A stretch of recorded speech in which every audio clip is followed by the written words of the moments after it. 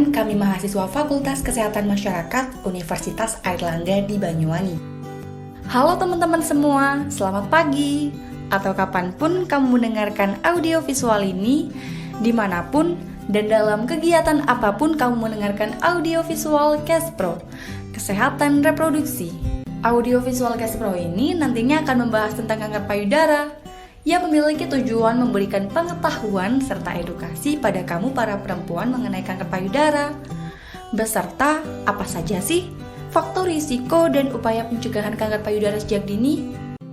Kanker payudara terjadi akibat pertumbuhan abnormal dari sel-sel pada payudara.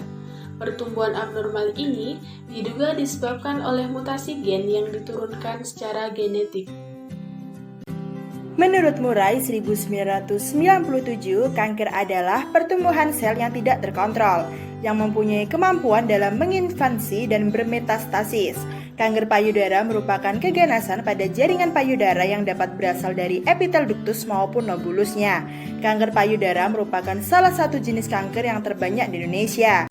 Apa saja sih yang menjadi faktor resiko terkena kanker payudara?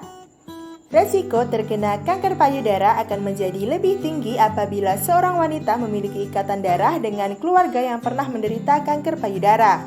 Keluarga tersebut bisa berasal dari keluarga ibu ataupun dari keluarga ayah. Kanker payudara ini memiliki resiko cukup tinggi pada perempuan berusia 30-65 tahun dan paling banyak mengalami kanker yaitu berusia 30-40 tahun. Namun, bukan berarti usia di bawahnya tidak beresiko loh. Sebab kanker payudara bisa terjadi pada perempuan berusia di bawah 30 tahun. Tidak hanya itu, pola hidup tidak sehat seperti kebiasaan merokok juga dapat menjadi faktor risiko terkena kanker payudara. Maka dari itu, mari kita lakukan cara pencegahan kanker payudara dengan cara sadari atau periksa payudara sendiri. Simak yuk penjelasannya mengenai langkah-langkah melakukan sadari. Lalu, bagaimana sih cara melakukan sadari? Berikut langkah-langkah yang dapat teman-teman ikuti untuk melakukan sadari. Sadari sebaiknya dilakukan antara hari ke-7 sampai hari ke-10 setelah menstruasi. Yuk, simak caranya. Langkah pertama, perhatikan dengan teliti payudara Anda di depan cermin. Berdiri dengan tegak dan kedua lengan lurus ke bawah.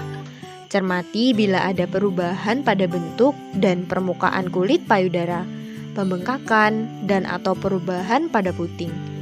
Bentuk payudara kanan dan kiri tidak simetris. Jangan cemas, itu biasa. Langkah kedua, angkat kedua lengan ke atas.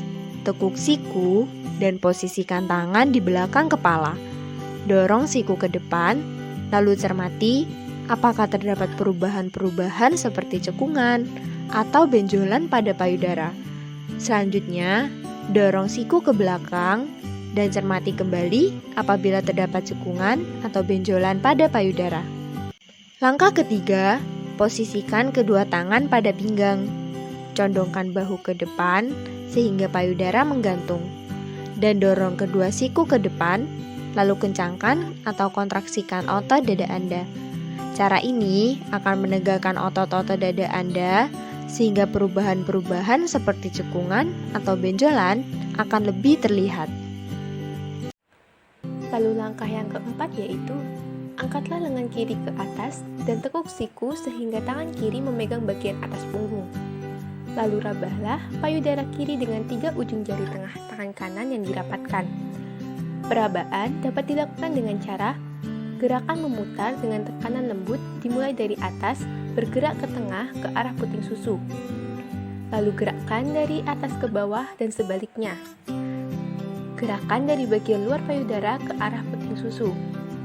Kemudian, lakukan perabaan dengan gerakan yang sama pada payudara kanan Anda dengan menggunakan jari-jari dari tangan kiri.